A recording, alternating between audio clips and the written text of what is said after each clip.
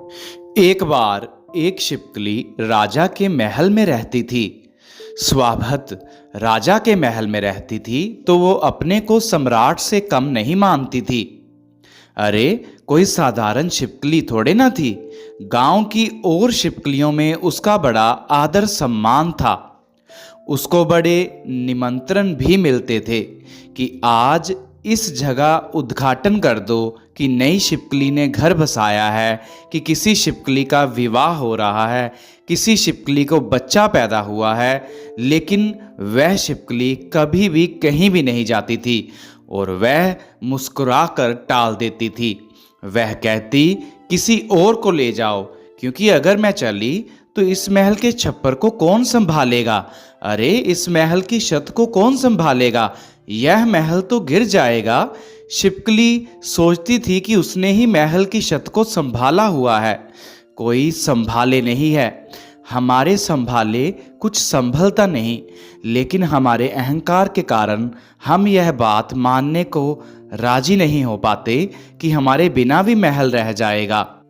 हमारी हालत तो वैसी है जैसे कोई छोटा बच्चा बाप से कहता है, कार में बिठाकर मुझे चलाने दो कार को पापा, और बाप एक्सीलेटर पर पैर रखता है, ब्रेक पर पैर रखता है, स्टीयरिंग भी पकड़े रहता है और लड़के को अपने साथ अपने ऊपर ही बिठा लेता है। स्टीयरिंग और लड़का बड़े अकड़ से, बड़े मज़े से, हालांकि वह जो घुमा रहा है वह भी बाप ही घुमा रहा है स्टीयरिंग, और लड़का बड़ा प्रसन्न होता है कि गाड़ी मैं चला रहा हूँ। उस वक्त उसका चेहरा देखो, उसकी प्रफुल्लता देखो। वह चारों तरफ देखता है कि लोग देख ले कि गाड़ी कौन चला रहा है। यह जीवन की जो गाड़ी है, इस पर एक्सेलरेट पर तुम्हारा पैर नहीं है, कभी नहीं है, ना स्टीयरिंग तुम्हारे हाथ में है। तुम छोटे बच्चे की भांति हो जो भ्रांति में पड़ गया है।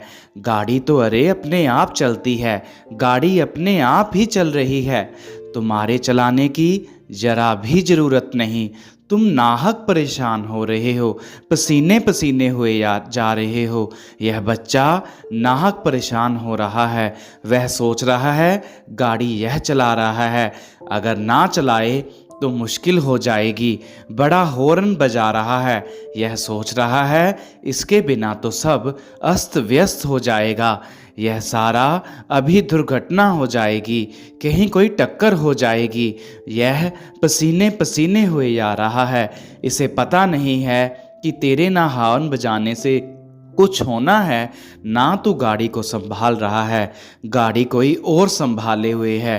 किन्हीं विराट हाथों में सब है, हम सिर्फ साक्षी हैं, हम करता नहीं हैं। गाड़ी अपने आप चलती है, हम रोकने की कोशिश करते हैं, नियंत्रण पाने की कोशिश करते हैं। नियंत्रण छोड़ देना ही सही है। अरे छोड़ो सब नियंत्रण, तुम्हारे हाथ बड़े छोटे हैं, इससे नियंत्रण हो भी नहीं पाएगा। तुम छोड़ दो नियंत्रण प्रभु पर, उसे दो नियंत्रण। तुम नहीं थे तब भी यह जगत चल रहा था, फूल खिलते थे, चांद निकलते थे, वर्षा आती थी, धूप आती थी। तुम नहीं होगे तब भी यह सब चलेगा।